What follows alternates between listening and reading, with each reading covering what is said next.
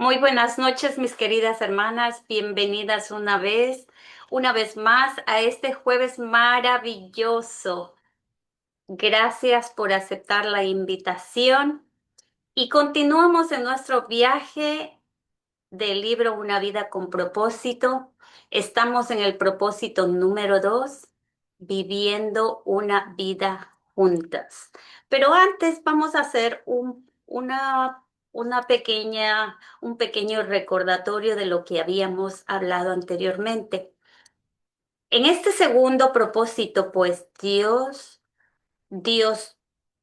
quiere que nosotros pertenezcamos a su familia. Dios no nos creó para vivir solos, sino para tener una relación con Él y con todos los creyentes.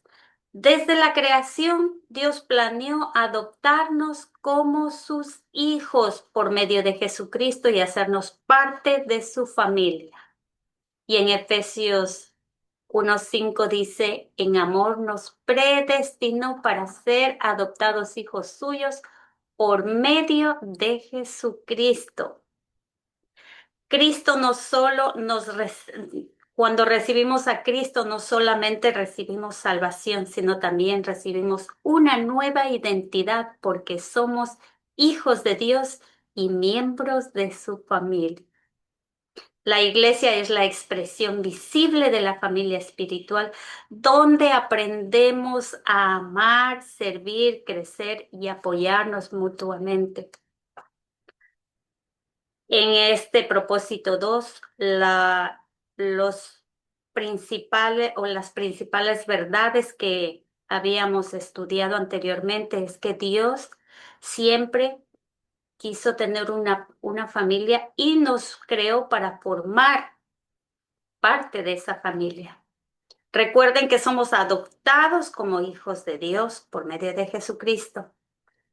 Y la vida cristiana no fue diseñada para vivirse en aislamiento.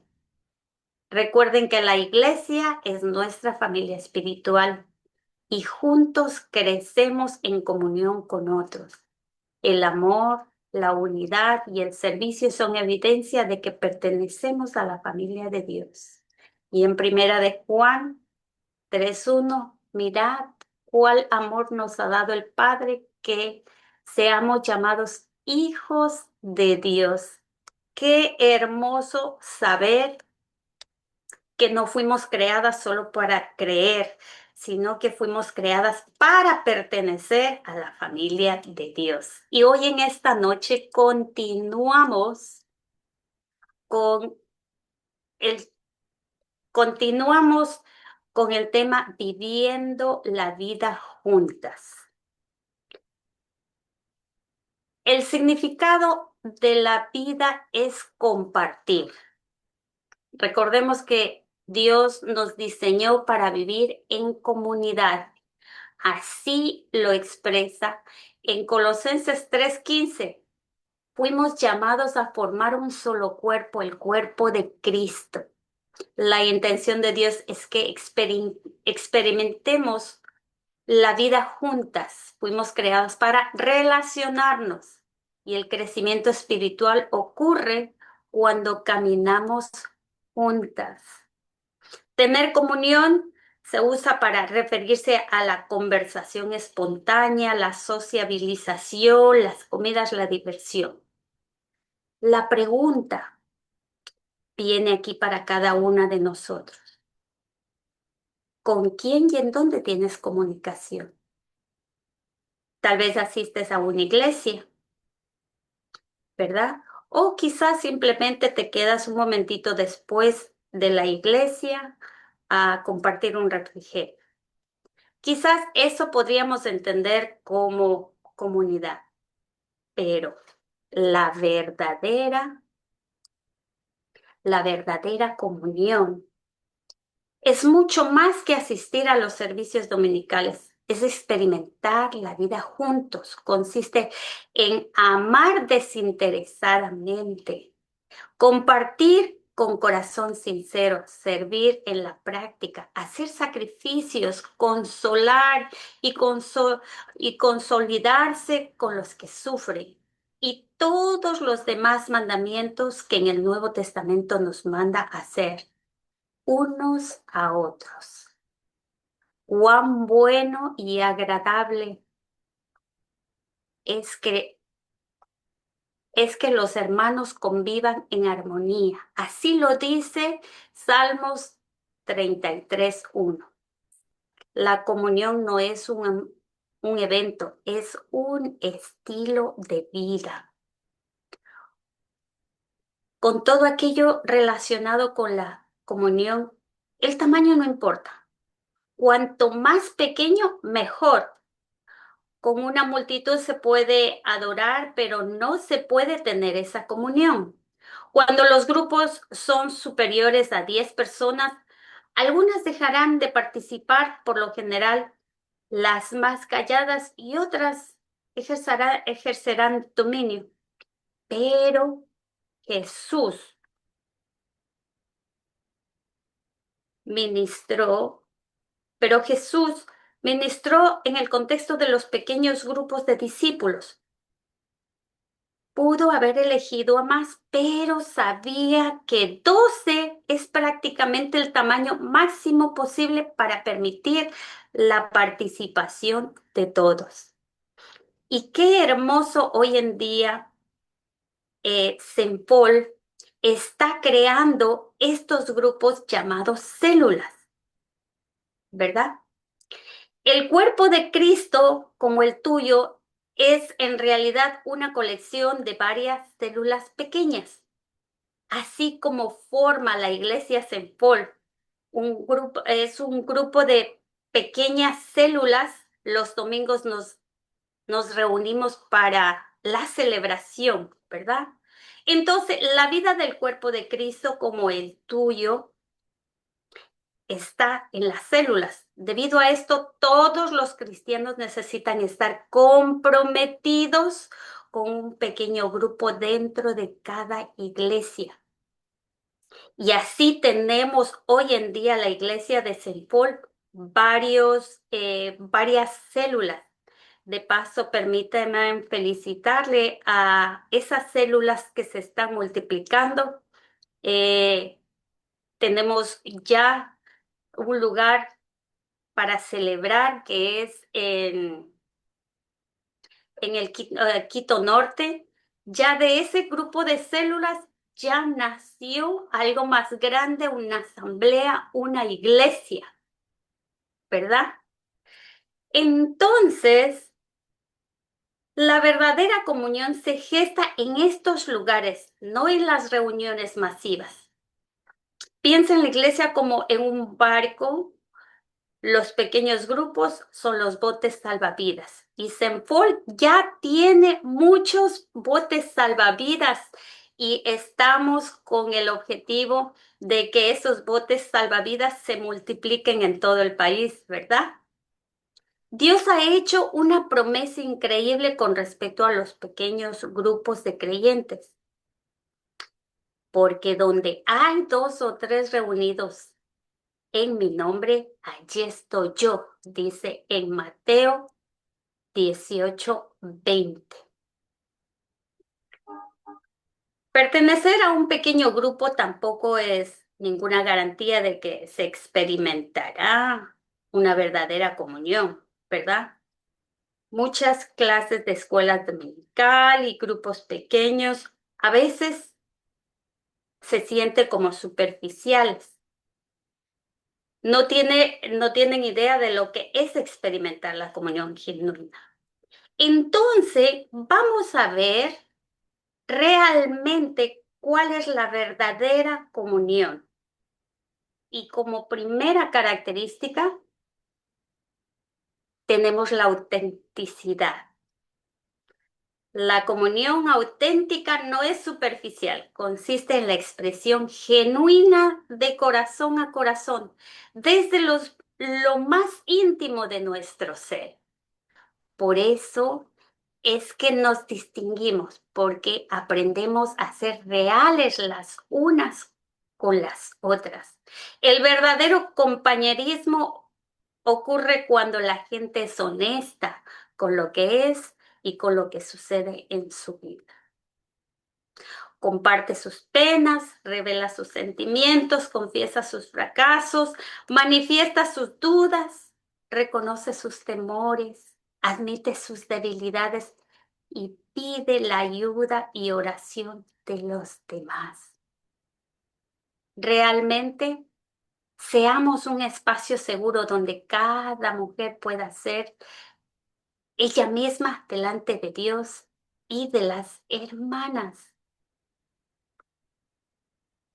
La gente muchas veces quizás no ha sentido esta sinceridad dentro de los grupos y a veces tratan de fingir roles, cordialidad y quizás empiezan con conversaciones triviales. Quiere decir que dentro de la iglesia a veces nos ponemos esas máscaras y quizás se conducen como si su vida fuera color de rosas. Realmente esas actitudes matan la verdadera comunión. Podremos experimentar la verdadera comunión si solo somos transparentes en nuestra vida. Y así lo declara en Primera de Juan 1:7. Pero si vivimos en la luz, así como Él está en la luz, tenemos comunión los unos con los otros delante de Él. Si no tenemos pecado, muchas veces vamos a decir que tal vez si afirmamos que no tenemos pecados, no, ahí estamos fingiendo. ¿Por qué? Porque en realidad todos tenemos pecado. A veces el mundo cree que la intimidad necesita oscuridad, pero Dios dice que esta ocurre en la luz. La intimidad con Dios ocurre en la luz. La oscuridad sirve para esconder esos dolores, esas culpas, esos temores, esos fracasos. Pero al sacarle a la luz, las ponemos a la vista y admitimos que somos en realidad pecadores. Y no podemos estar juzgándonos los unos a los otros, sino más bien ayudándonos. La autenticidad exige valor y humildad. Obviamente implica enfrentar nuestros temores a la exposición de esos pecados, al rechazo a ser heridos nuevamente. Ahora, ¿por qué habríamos de correr ese riesgo de que nos suceda todo esto? Sencillamente porque es la única manera de crecer espiritualmente y conservar nuestra salud emocional. La escritura, obviamente, nos dice que se puede destruir, ¿sí? Esa comunicación porque hay barreras que nos alejan, como el orgullo, la falta de perdón, los chismes, las críticas, el miedo a ser vulnerables, la falta de compromiso. Pero aquí nos está hablando en Santiago 5:16. Confiesen sus pecados unos a otros y oren unos a otros para que sean sanados. Esa es una invitación a que nosotros seamos auténticamente esas hijas de Dios que necesitamos sanarnos a través del perdón. Y luego tenemos también dentro de la verdadera comunión la reciprocidad. Es el arte de dar y recibir. Yo puse este dibujo aquí, esta imagen. Dar y recibir están en equilibrio, ¿verdad? Depende de cada uno de nosotros el aprender a dar. Qué difícil que se nos hace dar. Pero cuando venimos a Cristo entendemos que es parte del Espíritu de Dios en nosotros dar. Y obviamente cuando damos, recibimos. Aquí en Primera de Corintios nos dice, de manera que, sí, de manera que si un miembro padece, todos los miembros se duelen con él. Y si un miembro recibe honra, todos los miembros con él se gozan. ¿Por qué? Porque ahí está la unidad. Y también podemos entender que cuando está hablando, cuando la palabra nos está hablando acerca de este versículo, es porque nos hace entender de que si yo me corté este dedito, pues obviamente me va a doler todo el cuerpo. Pero si yo veo que mi hermana está en necesidad, siento yo también esa necesidad que mi hermana la siente. ¿Y qué hago? ¿O qué debemos hacer? Estar. Y cuando de pronto yo necesito algo, pues tengo la plena confianza de llamar a mi hermana y decirle y contarle. Y entonces recibo también de mi hermana. Cada parte depende de cada parte del cuerpo depende de cada miembro del cuerpo depende de una persona. Como les había dicho, si me corto el dedito, siento todo el cuerpo, ¿verdad?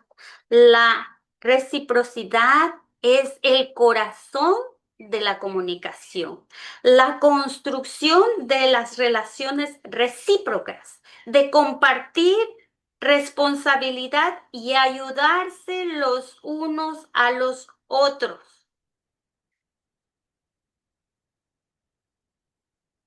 Pablo dice que desea que nos ayudemos entre nosotros con la fe que compartimos.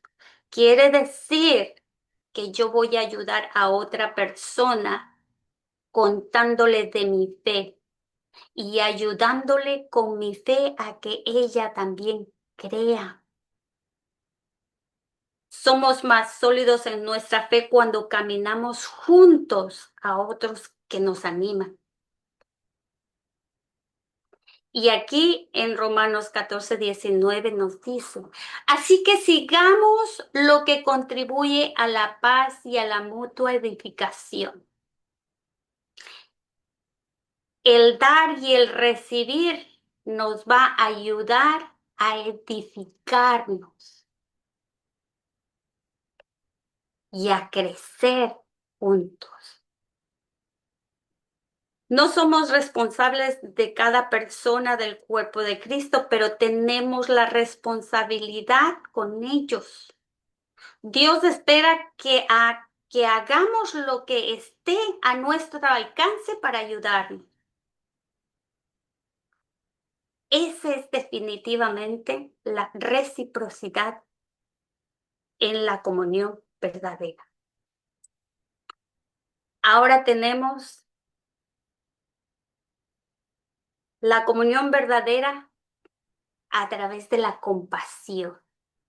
La compasión no se limita solamente a dar consejos o ayudarnos. La compasión es comprender y compartir el dolor de los demás. La compasión dice, entiendo lo que estás pasando y lo que sientes. A veces pensamos que es raro, no es raro. Es que eso es el Espíritu nos hace a nosotros también sentir lo que la otra persona siente. Y eso se llama, hoy en día pues lo llaman empatía, pero la Biblia lo llama compasión. Y aquí en Colosenses 3:12 nos dice clarito, vestíos pues como escogidos de Dios, santos, amados, de entrañable misericordia, de benignidad, de humildad, de mansedumbre, de paciencia. La compasión satisface dos necesidades humanas esenciales: ser entendidos y apreciados con nuestros sentimientos. Es decir, que yo voy a validar lo que la otra persona siente. No voy a ignorar. Y eso es importante porque muchas veces ignoramos los sentimientos de los demás. En algunas ocasiones dice, ay, mire, hermana, estoy pasando por esta situación. Y quizás normalmente se le viene a la mente, vamos a orar por ti, oremos por ti. Eso está muy bien, pero permitámosle que esa persona se desahogue con sus sentimientos. Y entonces allí pues nosotros podemos entenderle más. Quizás solamente esa persona necesitaba que haya otra persona que le escuche, ¿verdad? Esa es parte también de la compasión. El problema es que muchas veces tenemos tanta prisa para arreglar cosas que no tenemos tiempo para expresar nuestra compasión o estamos tan ocupados con nuestros propios dolores. La autocompasión agota la compasión por los demás. Evite que su autocompasión haga que agote la compasión de los demás. En otras palabras, acérquese a su discípula. Por eso me gusta mucho las células, porque como habíamos dicho, se puede uno tener se puede tener más libertad para poder conversar, para poder platicar, ¿verdad? Entonces, allí es cuando nosotros debemos entender que la comunión tiene diferentes niveles, cada uno apropiado para diferentes momentos. Los grados más simples de comunión son al compartir y al estudiar la palabra de Dios en comunidad. El nivel más profundo es la comunión al servir. Cuando ministramos entre varias personas, el nivel más profundo intenso es la comunión en sufrimiento. Cuando nos solidarizamos con la pena y el dolor de los demás y nos ayudamos los unos a los otros a sobrellevar las cargas.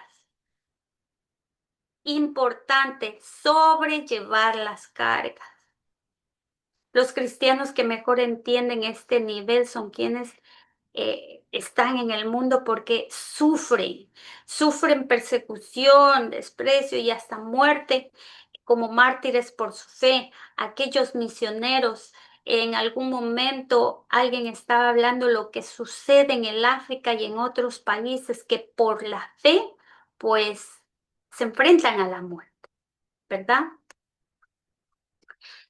Y la palabra de Dios también nos dice, ante todo, dice, cuando tengan dificultades, ayúdense unos a otros. Esa es la manera de obedecer la ley de Cristo.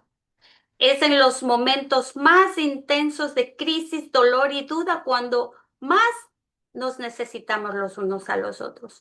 Cuando las circunstancias nos aplastan y nuestra fe se derrumba, es cuando más necesitamos a nuestros amigos, a nuestros hermanos.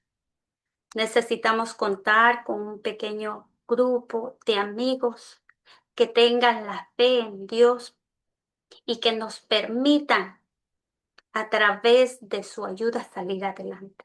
En un pequeño grupo el cuerpo de Cristo es real, tangible, aunque Dios parezca distante. Aquí en Primera de Pedro 4:8 nos dice, ante todo, tened entre vosotros ferviente amor. Recordemos que la esencia pura de Dios es el amor y eso es lo que debemos demostrar, porque el amor cubrirá multitud de pecados. Allí es donde ponemos la compasión en acción. Recordemos a Job. Durante su sufrimiento, él necesitó desesperadamente contar con ese grupo, con esa célula del Valle o con esa célula del norte, con la célula de Quito Centro. Bueno, clamó y dijo claramente, uno, aunque uno se aparte del temor al Todopoderoso, el amigo no le niegue su lealtad. Recuérdese que no fuimos creados para aislarnos y que estamos aquí para aprender a sobrellevar las cargas los unos a los otros. Y ahora tenemos pues la verdadera comunión a través de la misericordia. La comunión es un lugar de gracia donde en vez de enfatizar los errores, estos se resuelven. La comunión se genera cuando la misericordia triunfa sobre la justicia. Todos necesitamos misericordia porque todos cometemos errores, pecamos y caemos. Y necesitamos que alguien nos ayude a ponernos de pie. Necesitamos brindarnos misericordia los unos a los otros y estar dispuestos a recibirla. Y así lo habla en segunda de Corintios. Así que al contrario, vosotros más debéis perdonarle y consolarle para que no sea consumido de demasiada tristeza. Así lo dice en segunda de Corintios 2:7. No es posible tener comunión sin perdón. Y aquí viene la parte más interesante. Sed pues misericordiosos como también vuestro Padre es misericordioso. De verdad, necesitamos nosotros, así lo dice en Lucas 6:36. Necesitamos aprender a perdonar. El perdón es de inmediato. El perdón nos libera el corazón y la confianza se va construyendo con el tiempo y requiere de cambio. La misericordia de Dios es el motor que nos motiva a mostrar compasión a los demás. Recordemos que nunca se nos pedirá perdonar más que lo que Dios nos perdonó a nosotros. Cuando alguien te lastime, tienes que decirle, no es posible hacer No es posible utilizar tus energías y tus emociones para vengarte o buscar una solución. No, no, no. Muchas personas son renuentes a mostrar misericordia porque no entienden la diferencia entre confianza y perdón. Recuerden que una vez que ya perdonó, así como Dios nos perdonó, pues ya no guardamos rencor en el corazón. Sea que la persona lo pida o no, usted suelte, libere su corazón. Perdonar es soltar las riendas del pasado. La confianza tiene que ver con el comportamiento de lo que es lo que irá a hacer esa persona en el futuro. Esto requiere llevar, bueno, pues esto requiere tiempo para que vaya reconstruyendo esa confianza, pero es importante que se requiera ese cambio en, en el taller de crecimiento. Hay algo tan importante en una lección donde dice el remordimiento y el arrepentimiento. Acordémonos que el remordimiento es lamentarse por lo que hizo, mientras que el arrepentimiento es un cambio genuino. El mejor lugar para restaurar la confianza es dentro del ámbito de apoyo, dentro de ese pequeño grupo, donde hay la posibilidad de animarnos mutuamente y ser responsables de nuestros hechos los unos y los otros. Experimentamos otros beneficios, como por ejemplo tener eh, una vida cristiana más social, hacer actividad con nuestros hermanos. Imagínense en que por más de 2000 años los cristianos se han reunido regularmente en pequeños grupos para vivir en comunión. Hoy en día, miren, estamos en diferentes lugares y la tecnología todavía nos permite vivir en comunión a través de estos medios. Así es que mi hermana, si tú no has formado parte de un grupo pequeño de alguna célula, no te pierdas, busca un grupo y sé parte del cuerpo de Cristo. Qué importante el saber que necesitamos vivir en comunidad. Y yo aquí les invito que en esta semana cada una de nosotras nos comprometamos a orar por una hermana, a compartir una necesidad personal, a participar activamente en, bueno, en nuestro grupo, a practicar la compasión, a perdonar una ofensa pendiente. Acuérdense en que la comunión no se aprende, se practica.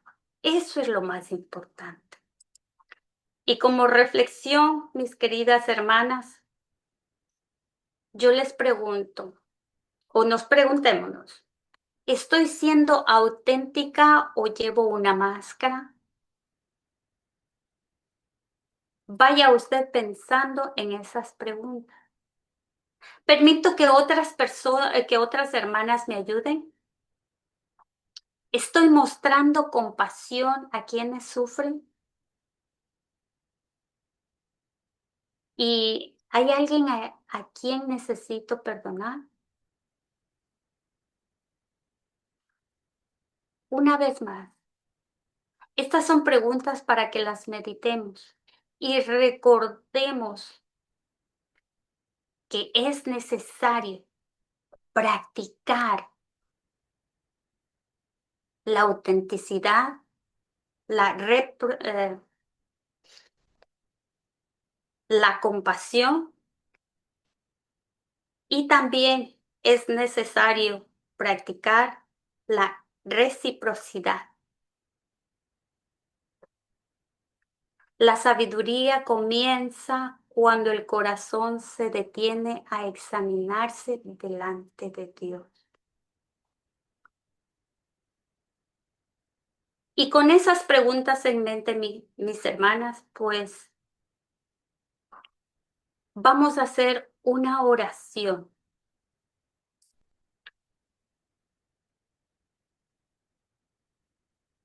Así inclinamos nuestros rostros y oremos. Padre Celestial, gracias por hacernos entender una vez más que no estamos solas. Nos llamaste a formar parte de tu familia y nos regalaste hermanas como a María, Silvita, Soraya, Eli, todas las hermanas que se conectan los días jueves para caminar juntas en esta vida. Ayúdanos a vivir con autenticidad, a amar con compasión, a servir con humildad y a perdonar con misericordia. Quita toda barrera, Padre, que impida la verdadera comunión y haz de nosotras mujeres que reflejen el amor de Cristo. Que nuestra unidad sea un testimonio vivo de tu presencia en nuestras vidas. Todo esto te lo pedimos en el nombre de Jesucristo, tu Hijo amado. Amén y amén. Amén, amén.